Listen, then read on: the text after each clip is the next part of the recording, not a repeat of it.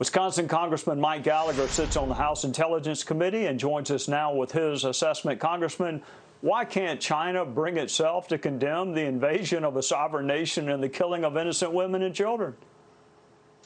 Well, because, of course, China wants to do the same with Taiwan. And I fear that China will be emboldened by Putin's invasion of Ukraine, because when the dust settles, despite the very real bravery on display by the Ukrainian people, deterrence in this case failed, Trey. The Biden administration thought sanctions and tweets would be enough to deter, but they failed to apply the kind of hard power that would have deterred Putin from launching his war in the first place. By the way, a war that could still escalate and involve us at any moment. And I think it should serve as a reminder that authoritarian countries with leaders who have no checks and balances, like Russia and China, and with leaders who think human life is cheap, can launch invasions that seem impossible for us to imagine. So if the Biden administration remains wedded to this strategy, this approach that they're calling integrated deterrence, which is just liberal code for cutting hard power, I fear deterrence will fail again in an even bigger stage, which is the conflict over Taiwan. And the lesson we need to learn now, the lesson we need to learn yesterday, is that our best opportunity to deter China is by arming Taiwan and arming ourselves now before they think about launching an invasion. And it's not too late to do that. It just comes down to our willingness to invest in hard power, as well as our willingness to abandon all this anti-America woke nonsense. We need to wake up and realize we live in a dangerous world filled with bad guys, evil KGB thugs like Putin and genocidal communists like Xi Jinping.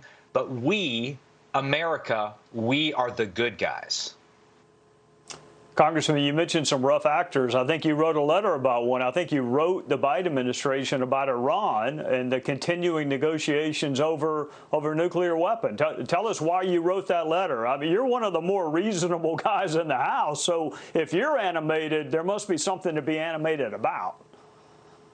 Because, well, today you had Putin's lead negotiator with Iran in Vienna bragging that he swindled us. So here's the hard truth.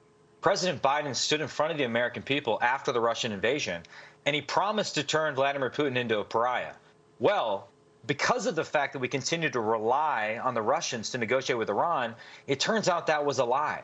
We have sent our negotiating squad to Vienna to negotiate the Iran deal through the Russians. And the Russians are demanding that their flow of weapons, commodities, and trade with Iran be exempted from any U.S. sanctions. So Russia will get a massive win with this deal. They will step into the vacuum that our appeasement creates in the Middle East. But, Trey, that may not even be the worst part. This deal will also be a massive win for China, because China wants crude suppliers they can control, like Iran. They just launched a 25-year economic cooperation pact with Iran that's largely dependent on us lifting sanction. This will be a humiliation for America and a gift to our enemies. And think about this.